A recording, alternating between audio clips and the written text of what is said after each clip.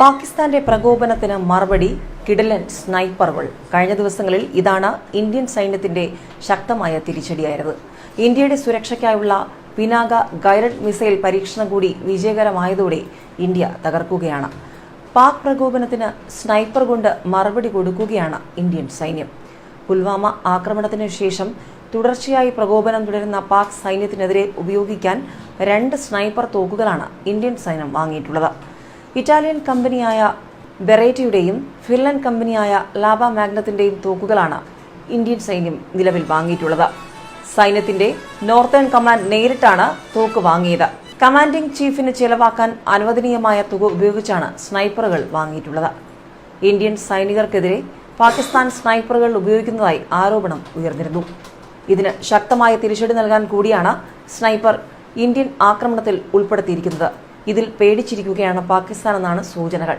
മാത്രമല്ല, പിനാക റോക്കറ്റ് മിസൈലിന്റെ പരിഷ്കരിച്ച പതിപ്പിന്റെ പരീക്ഷണം കൂടി വിജയകരമായതോടെ ഇന്ത്യ ഓരോ ദിവസവും കുതിക്കുകയാണ്.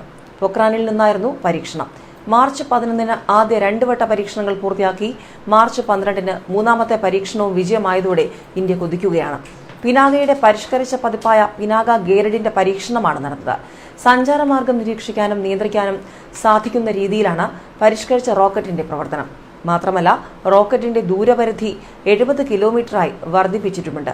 Armament research and development establishment, research centre Imarat, defence research and development laboratory എന്നിവ സംയുക്തമായാണ് റോക്കറ്റ് വികസിപ്പിച്ചത്. 1995 മുതൽ പിനാക റോക്കറ്റ് പലതവണ പരീക്ഷിച്ചിട്ടുണ്ട്. ഇപ്പോൾ കരസേനയുടെ ഭാഗമാണിത്. ഇതെല്ലാം ഇന്ത്യയുടെ കരുത്തും ഇപ്പോൾ പാകിസ്ഥാന്റെ പേടിയുമായി മാറിയിരിക്കുകയാണ്. ഏതായാലും പ്രതിരോധ രംഗത്ത് ഇന്ത്യ ശക്തമായ ചുവടുവയ്പ് കുതിപ്പാണ് ഇപ്പോൾ നടത്തിക്കൊണ്ടിരിക്കുന്നത്. ഏറ്റവും ഒടുവിൽ പുതിയ തോക്കുകൾ കൂടി സ്വന്തമായതോടുകൂടി പാകിസ്ഥാന് ഇന്ത്യയോട് എതിരിടാൻ ഇനിയൊരു ഭയമുണ്ടാകുമെന്നുള്ള സൂചനകൾ തന്നെയാണ് വന്നിരിക്കുന്നത്. പ്രത്യേകിച്ചും ഇന്ത്യയുടെ സ്നൈപ്പറുകളെ പാകിസ്ഥാൻ പേടിക്കുന്നു എന്നതാണ് കഴിഞ്ഞ ദിവസങ്ങളിലൊക്കെ അതിർത്തിയിൽ കണ്ടത്. പാക് പ്രകോപനത്തിന് ഇനിയുള്ള മറുപടി കിടിലൻ സ്നൈപ്പർ ആയിരിക്കും.